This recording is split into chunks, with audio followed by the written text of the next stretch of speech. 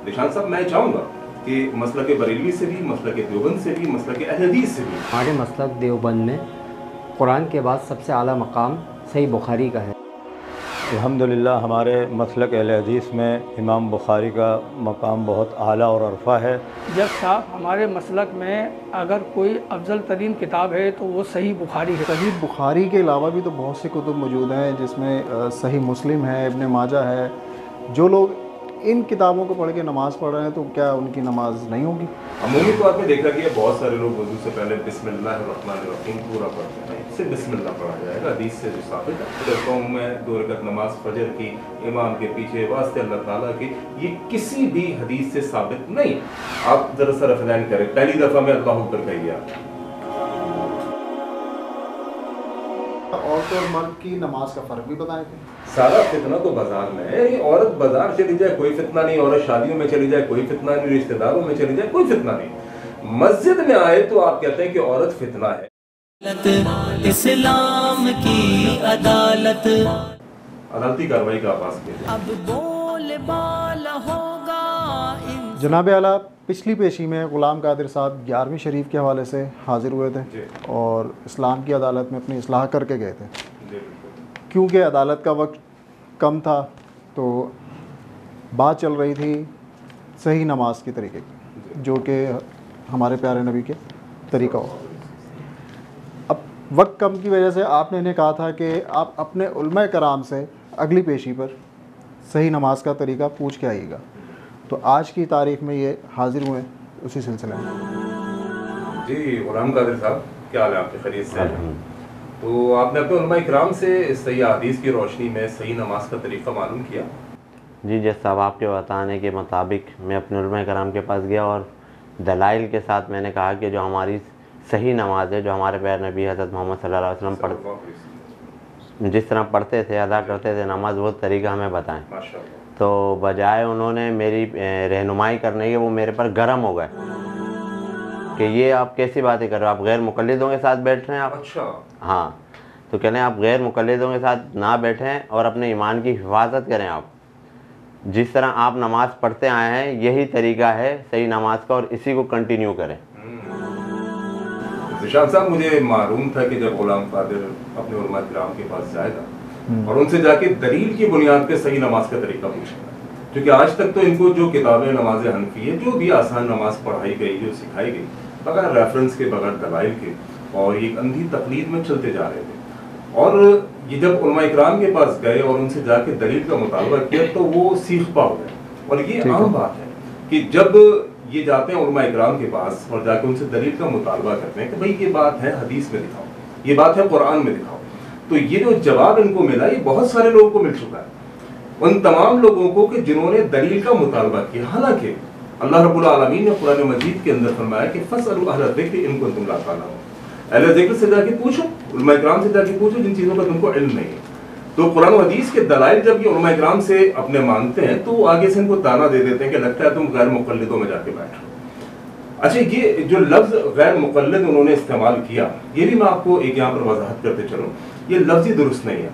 यानी इसके अंदर नफरत छुपी हुई है। लफ्ज़ गैर मुक़ल्लिद के अंदर नफरत छुपी हुई है और वो अपने लोगों को यही अक्सर कहते हुए सुनाई देते हैं कि गैर मुक़ल्लिदों के साथ मत बैठो। गैर मुक़ल्लिद लफ्ज़ ग्रामेटिकल भी दुरुस्त नहीं है। देखें, सुबह की ज़िद क्या होती है? रात। अच्छा, इसी तरह खुशबू की ज़िद क्या होगी? बदबू। अच्छा, अगर मैं कहूँ खुशबू की ज़िद गैर खुशबू तो दुरुस्त होगा? नहीं होगा ना। खुशबू की ज़िद तो बदबू है। इसी तरह सुबह की ज़िद अगर मैं कहूँ गैर सुबह तो आप कहेंगे यार ये क्या अजीब बात कर रहे हैं। तो मुक़ल्लिद की ज़िद गैर मुक़ल्लिद नहीं बनती, लेकिन इस नफरत, इसके अंदर, इन अल्फाजों के अंदर इतनी नफरत छुपी हुई है कि ये अपने लोगों को सही कुरान और हदीस जो लोग मानते हैं या समझाते हैं उनके करीब आने नहीं देते। इसलिए अपने लोगों को ये कह के टाल देते हैं कि जिस जगह पर तुम लगे वो बेहतरीन है और अपने मसलक को छोड़ो नहीं, दूसरे के मसलक को छेड़ो नहीं, ये कह के बात को ख़त्म कर देते हैं। हालांकि ये बात दुरुस्त नहीं है। ये दीन अल्लाह के नबी सल्लल्लाहु अलैहि वसल्लम ने जब इसकी तबलीग का आगाज़ किया, फरमाया क़ूलू ला इलाहा इल्लल्लाह, लोगों एक अल्लाह की तौहीद की तरफ आ जाओ। कहते कि वही अल्लाह है जो हाजत रवा है, वही अल्लाह है जो मुश्किल कुशा है, वही अल्लाह है जो तमाम मुश्किलात को दूर करने वाला है। तो वो कितने 10 खुदाओं के मानने वाले थे, उनके लिए अल्लाह के नबी अलैहिस्सलाम ने उन सब को कह दिया कि अपने झूठे खुदाओं की नफी करो और एक अल्लाह की तौहीद पर आ जाओ। तो बात ये है कि इनका जो कहना है कि अपने मसलक को छोड़ो नहीं, दूसरे के मसलक को छेड़ो नहीं, जहाँ लगे वो लगे रहो, ये अंधी तकलीद है और कुछ नहीं। जैसा आप छोड़ें आप इनकी बातें उलमा कराम की, आप मुझे सही नमाज नबी सल्लल्लाहु अलैहि वसल्लम का तरीका बताएं। आप मैं तड़प रहा हूँ हमारे प्यार नबी हज़रत मोहम्मद सल्लल्लाहु अलैहि वसल्लम की सही नमाज सीखने के लिए। आपने पिछली पेशी में कहा था कि सही बुखारी में सही नमाज नबी सल्लल्लाहु अलैहि वसल्लम का तरीका है, तो आप मेरे को वो तरीका बताएं। गुलाम कादिर साहब, बिल्कुल आपको अल्लाह के नबी सल्लल्लाहु अलैहि वसल्लम की नमाज का पूरा तरीका सिखाया जाए। बल्कि मेरी तो ख्वाहिश थी कि मैंने आपको पिछली पेशी में भी कहा था कि आप खुद से उलमा इकराम के पास जाएं और उनके साथ बैठ के आप सही अहादीस और खुसूसन मैंने आपको कहा था कि बुखारी शरीफ का मुताला ज़रूर करें, क्योंकि बुखारी शरीफ का एक मकाम है। अहादीस की तो बहुत सारी किताबें मौजूद हैं, लेकिन तमाम कुतुब के अंदर बुखारी का अपना एक मकाम है। लिहाजा मैंने आपसे दरख्वास्त की थी कि आप अपने उलमा इकराम के पास जाएं और उनको बोलें कि सही बुखारी के अंदर आपको सही तरीन अहादीस अल्लाह के नबी सल्लल्लाहु अलैहि वसल्लम की नमाज की तरीका सिखाएं। लेकिन बहरहाल आप गए और उन्होंने आपको जवाब नहीं दिया। मुझे इस चीज़ का चूँकि थोड़ा सा यकीन था, लिहाजा मैंने जितने मौजूद उलमा इकराम तमाम मसालिक के थे, मसलक के बरेलवी हों, मसलक के देवबंद हों, मसलक के अहले हदीस हों, ये सारे हमारे ही लोग हैं, इनमें से कोई भी ऐसा नहीं, ये सारे मुसलमान हैं। मैंने इन तमाम उलमा इकराम से खुसूसी तौर पर दरख्वास्त की और इनसे वक्त मांगा कि वो इस्लाम की अदालत में आए और आके सही बुखारी का मकाम खुसूसी तौर पे आपको, चूँकि ये असल में आपको सिखाया जा रहा है, आप यहाँ पर आएँ, आपकी अपील थी कि मुझे सही नमाज का तरीका सिखाया जाए, तो अंधी तकलीद बहरहाल हम नहीं करेंगे। आपको दलाइल रेफरेंस के साथ और तमाम के तमाम मसालिक के उलमा सही बुखारी को उनके मसालिक के अंदर क्या मुकाम हासिल है, हमने उनको इन्वाइट किया हुआ है। दिशान साहब, मैं चाहूँगा कि मसलक बरेलवी से भी, मसलक देवबंद से भी, मसलक अहले हदीस से भी आप इन तीनों उलमा इकराम जिनको हमने बुलाया है, आप इनको अदालत में तलब करें और पूरी इज्जत और प्रोटोकॉल से तीनों मसालिक के उलमा हमारे हैं और उनसे हम इस बात को जानना चाहेंगे और गुलाम कादिर और अपने चैनल के तवज्जुह से तमाम लोगों को बताना चाहेंगे कि सही बुखारी का मकाम तमाम के तमाम मसालिक के नज़दीक क्या है। उसके बाद इंशाअल्लाह सही बुखारी से आपको अल्लाह के नबी की नमाज का तरीका सिखाया जाएगा। मुफ्ती फारूक साहब, मुझे बहुत खुशी है कि आप अपना कीमती वक्त निकाल के इस्लाम की अदालत में तशरीफ लाए, मैं आपका इंतहाई शुक्रगुजार हूँ। ज़रा सा ये रहनुमाई फरमा दीजिएगा कि आपके मसलक देवबंद के अंदर सही बुखारी का मकाम क्या है? जज साहब, हमारे मसलक देवबंद में कुरान के बाद सबसे आला मकाम सही बुखारी का है। माशाल्लाह मुफ्ती साहब, बहुत खुशी की बात है। ये आपके के तमाम उलमा के नज़दीक यानी यही राय है जो आपकी राय है? बिल्कुल जज साहब, हमारे तमाम उलमा जो है हमारे ये इस बात पर मुत्तफ़िक़ हैं कि सही बुखारी का मकाम जो है वो सबसे आला है, सबसे ऊपर है और हमारे तमाम मदारिस में जो है ये पढ़ाई भी जाती है। मोहतरम मौलाना कारी यूनुस साहब, आपके आने से माशाल्लाह बड़ी खुशी हुई और अल्हम्दुलिल्लाह अहले हदीसों की एक नुमाइंदगी भी आपकी तरफ से हो गई। तो मैं ये जानना चाहूँगा कि आपके मसलक के अंदर, मसलक अहले हदीस के अंदर सही बुखारी का मकाम क्या है? अल्हम्दुलिल्लाह हमारे मसलक अहले हदीस में इमाम बुखारी का मकाम बहुत आला और अरफा है, क्योंकि हमारे मदारिस में और दूसरे मसालिक के मदारिस में भी बुखारी शरीफ पढ़ाई जाती है, उसके बग़ैर सनद नहीं मिलती।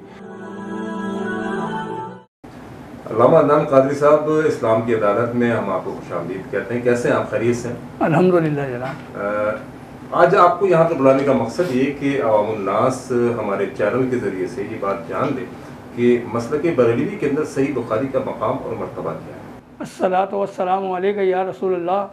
जज साहब, हमारे मसलक में अगर कोई अफजल तरीन किताब है तो वो सही बुखारी है, जिसको हमारे मसलक में सबसे बेहतरीन किताब समझा जाता है और हमारे मसालिक में सबसे ज़्यादा यही पढ़ाई जाती है। गुलाम कादिर साहब, सिर्फ आपका शौक़ देखते हुए कि आपको अल्लाह के नबी सल्लल्लाहु अलैहि वसल्लम की नमाज सही बुखारी से सीखने का शौक़ है, मैंने इन तमाम उलमा इकराम को अदालत में बुलाया और यकीनन ये तमाम उलमा इकराम, चाहे वो मसलक बरेलवी से हों, मसलक अहले हदीस से हों, मसलक देवबंद से हों, बहुत काबिल इज़्ज़त हैं और इन सब की अपनी मसरूफियात होती हैं, लेकिन इन्होंने अपनी मसरूफियात को साइड में रखते हुए इस्लाम की अदालत में आके सही बुखारी का मकाम और मर्तबा आपके सामने बयान किया। जी जैसा मुझे यकीन हो गया है कि मुसलमानों के तमाम मसालिक में सही बुखारी का मुकाम बहुत बुलंद और बरतर है। जनाब आला माशाल्लाह तमाम मसलक के उलमा कराम ने बड़ी ज़बरदस्त बात की और बुखारी को एक्सेप्ट भी किया और माना भी। तो इसी तरह मुझे एक वाक़या इमाम बुखारी का याद आता है, कमी पेशी हो तो माफ़ी। उसमें इस तरह था कि आप एक दफ़ा कश्ती से दरिया का सफ़र कर रहे थे। उस दरिया के सफ़र में इन्होंने अपने जेब से एक पोटली निकाली जिसमें अशरफियाँ थीं और उन अशरफियों को वहाँ गिनना शुरू कर दिया। गिनकर वो अशरफियाँ पोटली बंद की, दोबारा अपनी जेब में रख ली। तो ये सारी चीज़ एक शख्स सामने बैठ के देख रहा था। तो उसने जब देखा कि इन्होंने अपनी अशरफियाँ जेब में डाल ली हैं, उन्होंने सब नोटिस कर लिया, गिन भी ली, तो उसने जो है वो कश्ती पे बैठे हुए शोर मचा दिया कि मेरी अशरफियों की पोटली थी, उसका कलर भी बता दिया और क्वांटिटी भी बता दी कि इतनी थी। पूरी कश्ती में जितने मुसाफिर मौजूद थे उन सब की तलाशी ली गई, चेक किया गया, किसी के पास नहीं मिली। वो परेशान हैरान हुआ कि यार ये क्या मामला हुआ। बहरहाल जब कश्ती साहिल पर पहुंची, सब उतर गए तो उससे रहा ना गया।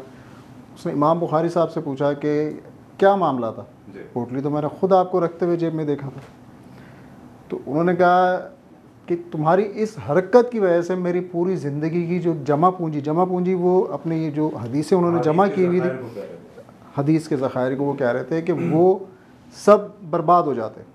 अब किस तरह बर्बाद हो जाते कि तुम्हारे इस इल्ज़ाम की वजह से लोग मुझ पे एतबार करना छोड़ देते कि तुम मुझे चोर साबित कर देते तो चंद अशरफियों के लिए, जिसकी कीमत मेरी नज़र में कुछ नहीं, हालांकि वो मैंने बड़ी मेहनत से कमाई हुई, लेकिन मैंने वो फेंक दी समंदर में ताकि मैं इस चीज़ से बच सकूँ, मेरे ज़खायर बच जाएँ, जो मेरी मेहनत है ज़िंदगी भर की अहादीस जो मैंने जमा की हैं, लोगों को तक पहुँचाई है सही, वो बच जाए।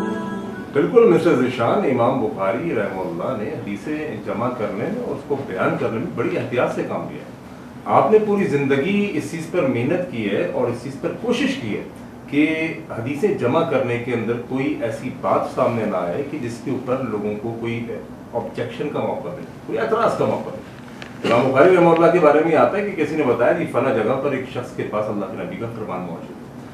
मीलों सफ़र करके इमाम बुखारी रहमतुल्लाह उस शख्स के पास गए, देखा कि वो कि घोड़े को, जैसे अमूमन हम आज भी अपने बच्चों को कहते हैं बेटा ये टॉफ़ी मैं तुमको देता हूँ, और हमारे हाथ में टॉफ़ी नहीं होती है, इसको बहलाने के लिए। तो इसी तरह वो उस घोड़े को बहलाने के लिए चारा उसके हाथ में नहीं था, उसको कह रहा था कि यानी इशारा करके करीब आओ, घोड़े को धोखा दे रहा था एक तरीके से। इमाम बुखारी रहमतुल्लाह ने दूर से जब ये माजरा देखा तो वहीं से वापस लौट गए और कहा कि जो शख्स एक जानवर को धोखा दे सकता है वो सही हदीस कहाँ से मुझे बयान करके अल्लाह के नबी की पहुँचाएगा।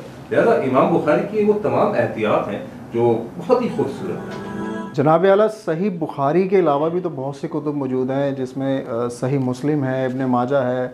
जो लोग इन किताबों को पढ़ के नमाज़ पढ़ रहे हैं तो क्या उनकी नमाज नहीं होगी? ज़ीशान साहब, बात ये है कि नमाज किसकी होगी किसकी नहीं होगी। अक्सर लोग ये सवाल मुझसे भी पूछते हैं कि फलां के पीछे नमाज पढ़ लें, मेरी नमाज होगी या नहीं होगी। तो मैं उनको एक जवाब ये देता हूँ कि यार जिस बंदे से आप ये सवाल कर रहे हैं कि फलां बंदे के पीछे नमाज मेरी होगी या नहीं होगी, उस बंदे को तो खुद ये भी नहीं मालूम कि उसकी अपनी नमाज कबूल होगी या नहीं होगी। बिल्कुल, तो ये तो एक अलग बहस है। लेकिन मेरा कहने का मकसद ये है कि आपने जैसे कहा कि इब्न माजा भी मौजूद है, अबू दाऊद भी है, नसाई भी, दीगर अहादीस जी बिल्कुल मौजूद है। लेकिन ये बात तयशुदा है, अभी आपके सामने मसलक के जितने भी उलमा थे, बरेलवी, देवबंदी, अहले, सब ने इस बात का एतराफ़ किया और इकरार किया कि सही बुखारी का मकाम सबसे बुलंद है। यानी मैं ये आपसे पूछना चाहता हूँ कि आप देखिए कि किसी दावत में आप जा रहे हैं और उस दावत के अंदर फार्मी मुर्गी भी मौजूद है और दूसरी तरफ बकरे की चापें भी मौजूद हैं, तो आप क्या खाना पसंद करेंगे? जाहिर सी बात है सर, चापें ही खाएंगे। हाँ, बकरे की चापें ही खाएंगे। बिल्कुल, तो बस यही मिसाल है। जज साहब, अब तो मुझे सही नमाज का तरीका बुखारी से सिखा दें। जी ज़रूर जनाब आला, अगर नमाज से पहले अगर वज़ू का तरीका सिखा दें तो वो ज़्यादा बेहतर रहेगा पहले। बिल्कुल, ये बात आपकी बिल्कुल मुनासिब है कि हम नमाज से पहले, क्योंकि स्टार्ट आगाज़ वज़ू से होता है, बिल्कुल, तो हम इसके ऊपर थोड़ी सी बात कर लेते हैं। ज़ीशान साहब, वज़ू की इब्तिदा जो है वो करते हैं बिस्मिल्लाह से। अमूमी तौर पे देखा गया बहुत सारे लोग वज़ू से पहले बिस्मिल्लाहिर्रहमानिर्रहीम पूरा पढ़ते हैं, इससे बिस्मिल्लाह पढ़ा जाएगा, हदीस से जो साबित है वो बिस्मिल्लाह के अल्फाज है। उसके बाद अपने दोनों हाथों को ये धोएंगे, उसके बाद आपको जैसे मारूफ है कुल्ली करेंगे 3 दफ़ा, और उसके साथ आप नाक में पानी चढ़ाएंगे 3 दफ़ा, और इसके साथ आप अपने मुंह को, अपने फेस को 3 बार धोएंगे और फिर कोहनियों तक अपने हाथों को धोएंगे। उसके साथ आप मसा करेंगे, और मसा में भी एक गलती लोग कर रहे होते हैं, वो गलती ये कि यानी पीछे ले जाते हैं, फिर गुद्दी के ऊपर भी जो है ना वो मसा करते हैं, देखा होगा अमूमी तौर पे आप लोग। गुद्दी का मसा किसी भी सही हदीस से साबित नहीं है। अल्लाह के नबी सल्लल्लाहु अलैहि वसल्लम की सही बुखारी के अंदर हदीस, इसमें वज़ू का तरीका बयान किया, उसमें यानी ये पीछे लेके जाएंगे और यहीं से फिर वापस लेकर आएंगे और फिर कानों का खिलाल करेंगे, कानों का मसा करेंगे। जो बुद्धि का मसा करते हैं ये किसी भी सही हदीस से साबित नहीं है। उसके बाद फिर आप जो है वो दोनों पाँव 3 बार धो लेंगे तो आपका वज़ू मुकम्मल हो जाएगा। जनाब आला, नियत की क्या कहानी है जो कि उर्दू ज़ुबान में इतनी लंबी कि 2 रकात फ़र्ज़ फजर इमाम के पीछे और वास्ते अल्लाह के, उर्दू ज़ुबान में ही? बिल्कुल, ये रिशाद साहब नियत जो है ना अब्दुल कादिर साहब दिल के इरादे होता है। हदीस के अंदर आता है कि अमालों का दारोमदार नियत होकर है, ये आपने सुना होगा। ऐसा ही, लेकिन ये अलग से जो नियत का जो फलसफा है किसी भी हदीस के अंदर मौजूद नहीं है। आप देखिए इस बात के ऊपर अकली तौर पे भी आप कभी सोचिए, आप जब नमाज पढ़ने के लिए खड़े होते हैं, पूरी नमाज अरबी में है या उर्दू में है? अरबी में, पूरी नमाज अरबी में। तो ये जो नियत अगर होती अहदीस के अंदर, यानी नमाज हमने कहाँ से सीखनी है? अहदीस से सीखनी है ना।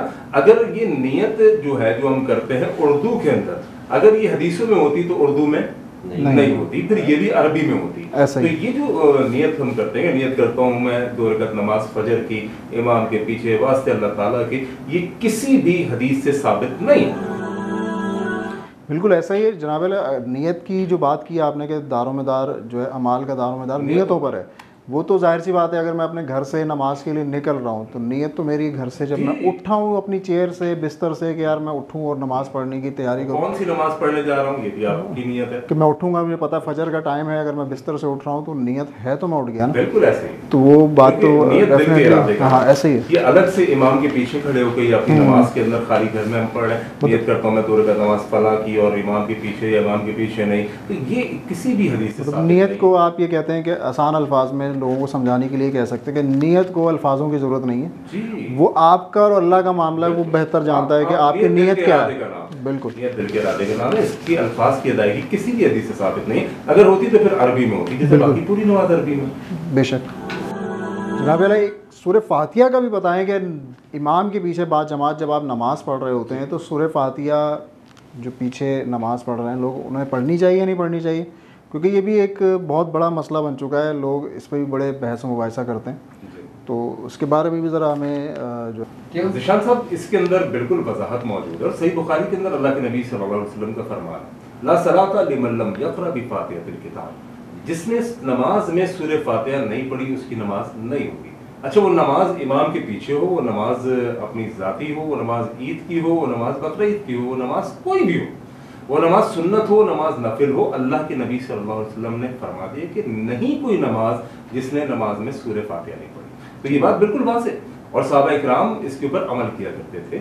और नबी अलैहिस्सलातु वस्सलाम के पीछे बहुत सारी रिवायात मौजूद हैं कि जाए कि हमारे पास टाइम मुख्तसर है, लेकिन इस हदीस को अगर हम समझ लें कि कोई नमाज कबूल नहीं की जाएगी जिसके अंदर सूरह फातिहा ना हो। जब साहब मैं अहले हदीसों की मस्जिद में गया तो मैंने देखा कि सूरह फातिहा के फ़ौरन बाद ही तेज़ आवाज़ में आमीन बोलते हैं। जी बिल्कुल गुलाम कादिर साहब, ये हदीस से साबित है और ये भी सही बुखारी की हदीस से साबित है। मेरे सामने इस वक्त मौजूद भी है सही बुखारी की हदीस। सैयदना अबू हुरैरा रज़ियल्लाहु ताला अन्हु फरमाते हैं कि रसूलुल्लाह सल्लल्लाहु अलैहि वसल्लम ने फरमाया कि जब इमाम आमीन कहे तो तुम भी आमीन कहो, और फरमाया नबी अलैहिस्सलातु वस्सलाम ने जिस शख्स की आमीन फरिश्तों की आमीन के मुवाफिक हो गई तो इसके पिछले गुनाहों को माफ़ कर दिया जाता है। मस्जिद नबी के अंदर इमाम जब आमीन कहता और उसकी आमीन के पीछे सहाबा इकराम आमीन कहते तो पूरी मस्जिद गूंज जाया करती। तो ये तो हदीस से साबित है। जनाब आला, आपने सूरह फातिहा आमीन के बारे में तो बहुत अच्छा समझाया। अब बात करते हैं रफ़अ दैन की। रफ़अ दैन हुज़ूर सल्लल्लाहु अलैहि वसल्लम के दौर में जब जो कुफ़ार थे या जिन्हें मुनाफिक कहा जाता था, वो बगलों में बुत लेकर आते थे। तो जहाँ तक मैंने सुना है और आपके भी ये चीज़ सुनी होगी आपने ये बात, कि वो इसलिए उस वक्त ये हुक्म था कि जो लोग बुत लेकर आते थे साथ अपने बगलों में, उनका निफाक का पोल खुल जाए, उनका पोल खुल जाए। ज़िशान साहब, मेरा ख्याल है पिछली भी पेशी के अंदर ये बात हमारे ज़ेर बहस आ चुकी है। पिछली दफ़ा सवाल गुलाम कादिर साहब ने किया था, इस बार आपने कर दिया। میرا خیال ہے اس کے اوپر باقاعدہ میں نے پریکٹیکل پچھلی دفعہ بھی دکھایا تھا, اس دفعہ بھی میں دکھا دیتا ہوں. دیکھیں مثال کے طور پہ یہ بت ہے, ٹھیک ہے, آپ یہ بت اپنی بغلوں کے اندر لگائیے, آپ یہ بت اپنی بغلوں میں لگائیے. آپ کے بقول اور بہت سارے لوگوں کے بقول کہ بت بغلوں میں اس لیے لائے جاتے تھے تاکہ جب وہ رفدین کریں گے تو بت گر جائے گا, پتہ چل جائے گا یہ منافق ہے اور یہ مومن ہے. اچھا, پہلی رفدین کے اوپر تو کوئی اختلاف نہیں ہے, نماز شروع یہیں سے ہوتی ہے, نماز شروع یہاں سے ہوتی ہے, پہلی دفعہ ہاتھ اٹھانے سے, اللہ اکبر. تو یہ بت تو حضور پہلی رفدین کے اندر گر جائیں گے. آپ ذرا سا رفدین کریں, پہلی دفعہ میں اللہ اکبر کہیے آپ, یہ دیکھیں یہ بت تو گر ہے, بت تو پہلی رفدین کے اندر, اور پہلی رفدین میں کوئی اختلاف نہیں ہے, اہل حدیث ہو, دیوبندی ہو, بریلوی ہو, کوئی بھی ہو, وہ پہلی رفدین تو کرتا ہے. اگر یہ بات اس کے اوپر آپ لاگے فٹ کریں گے تو یہ بات بنتی کوئی نہیں ہے. اصل میں بات یہ ہے کہ شیطان بڑا مکار ہے اور وہ نبی علیہ السلام کی صحیح نماز سے ہم کو روکنا چاہتا ہے, اور اس کے لیے بہت ساری ہیلے بہانے اور بہت ساری سازشیں, بہت ساری چیزیں ہمارے دماغ میں ڈالتا ہے, اور ان چیزوں کا ہم شکار ہوتے ہیں. میں صحیح بخاری سے آپ کو اللہ کے نبی صلی اللہ علیہ وسلم کے رفدین کرنے کا ثبوت دیتا ہوں, آپ اس کو نوٹ کیجئے گا. دیکھیے صحیح بخاری کے اندر سیدنا عبداللہ بن عمر رضی اللہ تعالیٰ عنہ فرماتے ہیں رسول اللہ صلی اللہ علیہ وسلم شروع نماز میں رکوع سے پہلے اور رکوع کے بعد اپنے دونوں ہاتھوں کو کاندھوں تک اٹھایا کرتے ہیں, اور سجدے میں فرماتے ہیں کہ ایسا نہیں کرتے. اور اسی طرح بخاری کے اندر ایک اور حدیث ہے, سیدنا عبداللہ بن عمر رضی اللہ تعالیٰ عنہ خود بھی فرماتے کہ نماز میں رکوع سے پہلے رکوع کے بعد 2 رکعتیں پڑھ کر کھڑے ہوتے وقت رفدین کیا کرتے, اور فرماتے ہیں کہ میں نے اللہ کے رسول صلی اللہ علیہ وسلم کو ایسا ہی کرتے ہوئے دیکھا ہے. یعنی یہ بات تو طے ہو گئی نا کہ بخاری کے اندر موجود ہے رفدین کرنا. بخاری سے ہی ہم نے دیکھا اونچی آمین کہنا, امام جب آمین کہے تو اس کے پیچھے ہم بھی آمین کہیں. بخاری سے ہم نے ابھی رفدین کا ثبوت بھی پا لیا. تو اللہ کے نبی صلی اللہ علیہ وسلم کی نماز کا طریقہ تو یہی ہے کہ نبی علیہ السلام رکوع جانے سے پہلے بھی اور رکوع سے اٹھنے کے بعد بھی رفدین کیا کرتے. اسی طرح 2 رکعت سے جب کھڑے ہوتے تبھی اللہ کے نبی صلی اللہ علیہ وسلم رفدین کیا کرتے.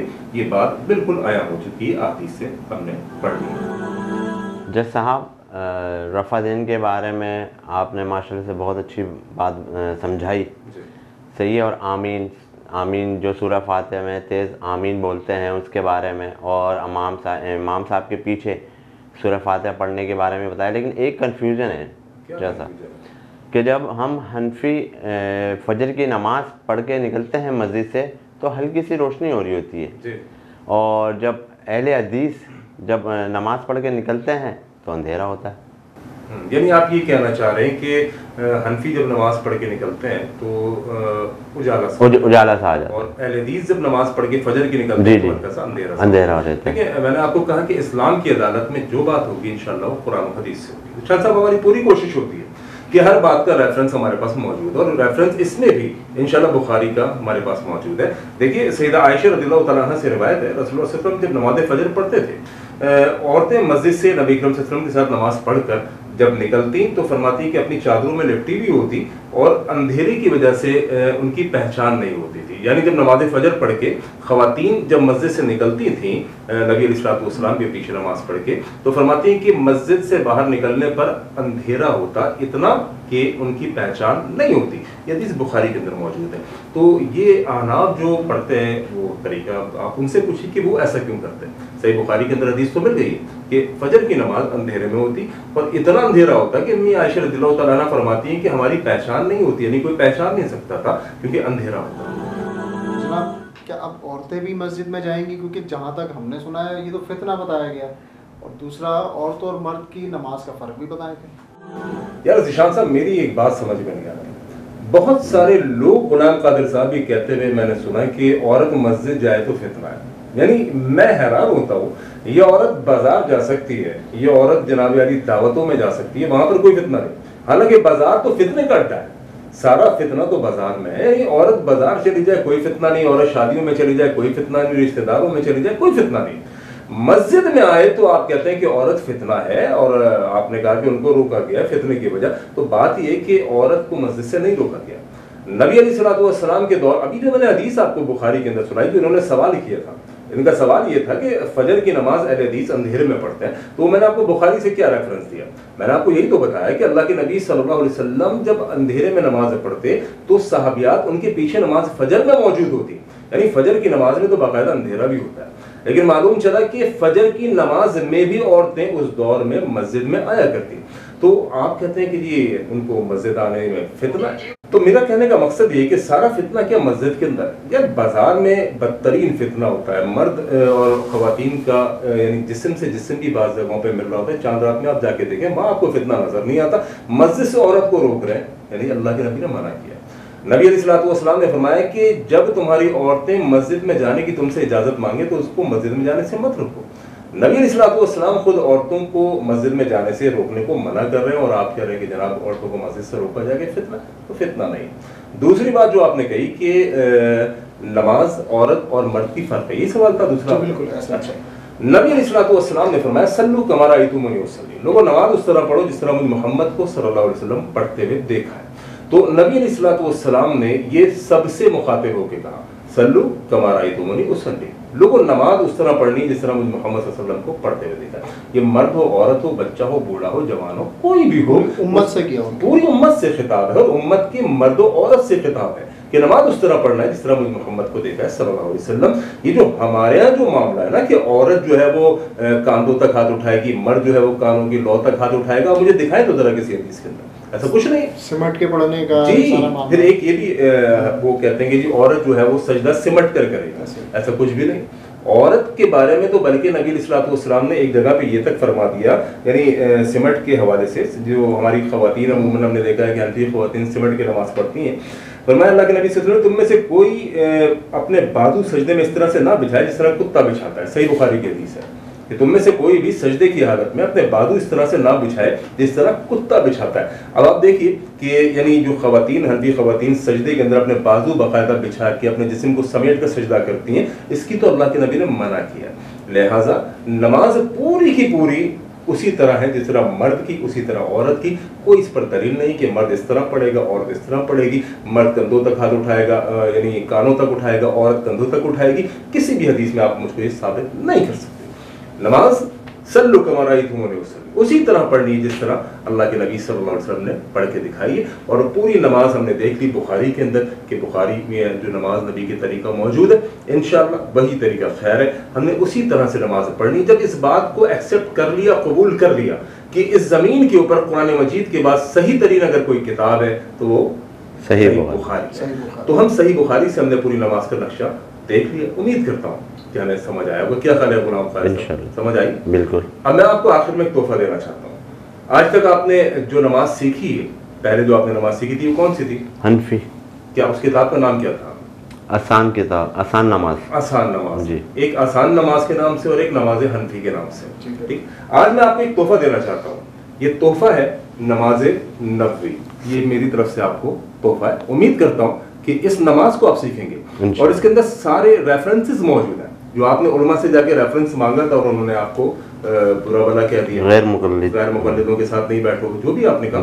اب یہ کتاب آپ پڑھیں. یہ کتاب آپ پڑھنے کے بعد، اس نماز نبوی کو پڑھنے کے بعد آپ جائیے اور کسی بھی عالم کے پاس بیٹھیے جن کو غیر مقلد کہہ رہے ہیں، اہل حدیث عالم، آپ ان کے پاس بیٹھیے اور بولیے بھائی اس میں صحیح بخاری کا حوالہ دیا گیا، اس میں صحیح مسلم کا حوالہ دیا گیا، یا جن حدیثوں کا حوالہ دیا گیا ہے کہ اللہ کے نبی رکوع میں جانے سے پہلے رفع دین کرتے، اللہ کے نبی رکوع سے اٹھنے کے بعد رفع دین کرتے، اونچی آمین کہتے امام کے پیچھے. ٹھیک ہے. یہ تمام چیزیں جو اس میں موجود ہیں ان کو بولیے کہ اب آپ مجھے صحیح کتابوں کے اندر دکھائیے. یقین کیجیے وہ خوش ہوں گے. وہ خوش ہوں گے اور آپ کو بٹھا کے اپنی مجلس کے اندر کتابیں انبار لگا دیں گے اور آپ کو ساری نبی علیہ السلام کی نماز کا طریقہ سکھائیں گے. تو میں امید کرتا ہوں کہ آپ اس کتاب نماز نبوی سے اپنی نماز کو ٹھیک کریں گے اور اس کے ریفرنسز کو نوٹ کریں گے. اور نوٹ کرنے کے بعد آپ علماء کرام کے ساتھ بیٹھیں گے اور ان کو کہیں گے اب مجھے اصل کتاب کے اندر یہ تمام حدیثیں دکھائیں. انشاءاللہ اللہ کریم ہم سب کی نمازوں کی حفاظت. آمین. السلام کی عدالت اسلام کی عدالت، اسلام کی عدالت، اسلام کی عدالت.